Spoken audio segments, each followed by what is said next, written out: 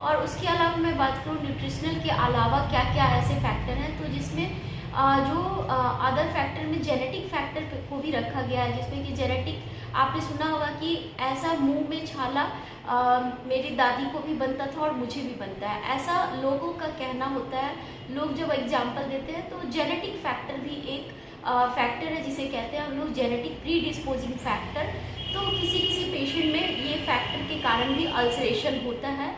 उसके बाद मैं बात करूँ तो जो हार्मोनल डेफिशिएंसी, हार्मोनल के डिसरेगुलेशन, नॉट डेफिशिएंसी, हार्मोन के डिसरेगुलेशन के कारण, यानी कि जब पेशेंट जो है according to age of puberty होता है और उस एज में जब अल्सरेशन डेवलप हो रहा होता है, तो वो जो अल्सरेशन है वो मोस्टली जो है हार्मोनल के डिसरेगुलेशन से या इम्बैलेंस के कारण आप कह सकते हैं कि हो रहा है। तो इसमें जो है पेशेंट का जो एज ग्रुप होता है वो 30 ईयर्स से नीचे के पेशेंट होते हैं।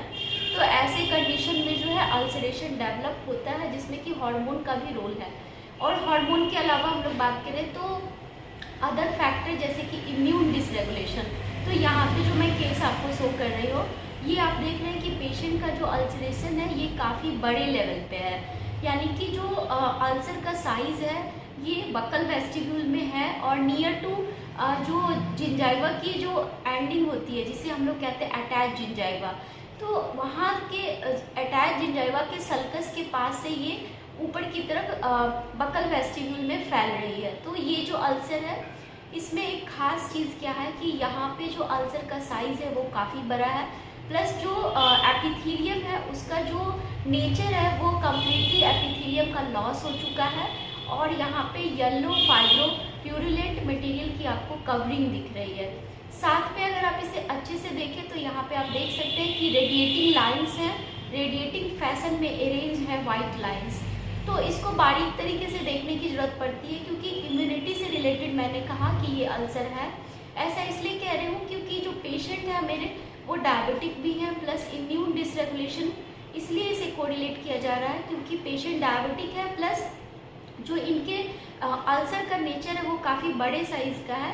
ऐसा जो है या तो बुलस लाइकेन प्लानस में होता है जिसमें कि एक बुला बनता है और वो फूट जाने के बाद चारों तरफ से रप्चर होने के बाद जो है येलो फाइब्रोप्यूरुलेंट मटेरियल की कवरिंग बना देती है। और ये जो लाइंस आप देख रहे हैं स्ट्राइकिंग जो रेडिएटिंग लाइंस हैं, ये लाइंस जो है इंडिकेट करता है कि इसका कोरिलेशन जो है लाइकेन प्लानस से हो सकता है। प्लस यहाँ पे पेशेंट को डायबिटीज़ भी है। तो एक जो लाइकेन प्लानस का एक ट्रायड बनता है जिस ट्रायड को हम लोग कहते हैं ग्रीन स्पैन सिंड्रोम।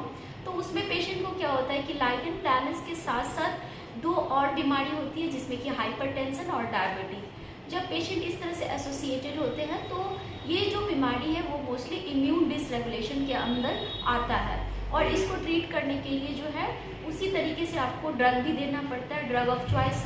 कई बार इम्यूनोसप्रेसेंट ड्रग देना पड़ता है क्योंकि इम्यूनिटी के इम्यून सिस्टम के डिसरेगुलेशन के कारण हुआ है, और कई बार जो है सिस्टेमिक स्टेरॉइड भी इसमें यूज करना पड़ सकता है। तो पेशेंट की हिस्ट्री बहुत इंपॉर्टेंट है। पेशेंट का एज ग्रुप मैंने बताया कि इम्पॉर्टेंट है, क्या वो हार्मोनल एज ग्रुप में है, यानी कि हार्मोन के जो चेंजेज होते हैं वो क्या इस एज ग्रुप में बिलोंग करता है, या फिर उनकी कोई जेनेटिक प्री डिस्पोजिंग फैक्टर है या न्यूट्रिशनल डेफिशिएंसी है। तो इन सारे चीज़ों को ध्यान में रख के उस पर वर्कआउट करके फिर जो है डायग्नोसिस कंप्लीट होती है और फिर ट्रीटमेंट स्टार्ट होता है। तो अगर मान लीजिए कि ये जो पेशेंट है मेरे, इनका मैंने ट्रीट किया इम्यून डिसरेगुलेशन के हिसाब से, तो पेशेंट का जो रिज़ल्ट है वो काफ़ी अच्छा आया। लगभग ऐसे अल्सरेशन में 2 वीक्स का समय मिनिमम आपको लगता है क्योंकि जो अल्सर की डेप्थ है वो बहुत ज़्यादा है। तो आप देख सकते हैं जो हीलिंग फेज, जो कंप्लीट हीलिंग के बाद जो पेशेंट का फ़ोटो आया है वो मैं आपको यहाँ पे शेयर कर रही हूँ। और ये जो पेशेंट है मेरे, इन्होंने पहले ऑनलाइन ही मुझसे दिखाया था, फिर इन्होंने आके भी मुझसे मिले और ये दिखाया और इनका अल्सरेशन हील हो गया। तो यहाँ पे जो हिस्ट्री थी पेशेंट की वो इम्पॉर्टेंट थी मेरे लिए क्योंकि हिस्ट्री के बगैर कोई भी डिजीज़ को कम्प्लीटली डायग्नोस नहीं कर सकते हैं। हिस्ट्री, फ़ोटो, वीडियो या फिर क्लिनिकल एग्जामिनेशन, ये सारा कुछ देखने के बाद ही आप पेशेंट का डायग्नोसिस अच्छे से कर पाते हैं। और वो इम्पॉर्टेंट एक पहलू है किसी भी डिजीज़ को एनालाइज करके दवा लिखने के लिए। और यहाँ पे मैं बता दूँ कि जैसे कि न्यूट्रिशनल डेफिशिएंसी को आप दूर कैसे करेंगे, तो नॉर्मली जो है जो भी आपकी जो डाइट है उसमें आप थोड़ा सा मॉडिफिकेशन कर सकते हैं। जैसे डाइट में अगर आपने ऐड कर लेते हैं अपने डाइट में, जैसे बीट रूट हो गया, जिसमें कि ज़्यादा मात्रा में आपको जो है आयरन डेफिशिएंसी को वो पूरा करता है, और काफ़ी महंगे फ्रूट्स नहीं होते हैं ये, तो आप इजीली इसे अफोर्ड कर सकते हैं और अपने डाइट में इंक्लूड कर सकते हैं। इसके अलावा और भी आप लाइकोपीन रिच डाइट जो है वो ले सकते हैं। मैं यहाँ पे डाइट रिलेटेड जो डिस्क्रिप्शन में एक लिंक शेयर कर दूँगी, आप वहाँ से जाके उस पेज को देख लेंगे।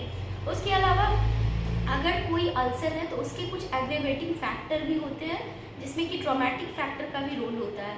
तो कई बार क्या होता है, ट्रॉमा के कारण अल्सरेशन डेवलप होता है पेशेंट के माउथ के अंदर, जैसे कि शार्प टीथ हो गए, या फिर कई बार चीक बाइट होता है, कई बार हैबिट ऑफ ब्रैक्सिज्म होता है, यानी कि अगर पेशेंट सो जाते हैं तो भी उनका जबड़ा जो है मूवमेंट करता है।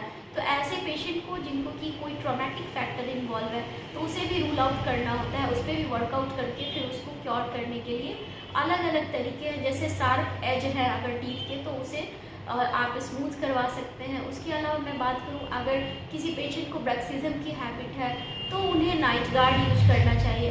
तो अलग अलग फैक्टर पे भी वर्क करना होता है। तो उम्मीद करती हूँ कि ये वीडियो आपके लिए हेल्पफुल रहा होगा। Thank you so much for watching, and if you like please share and subscribe my channel. Thank you.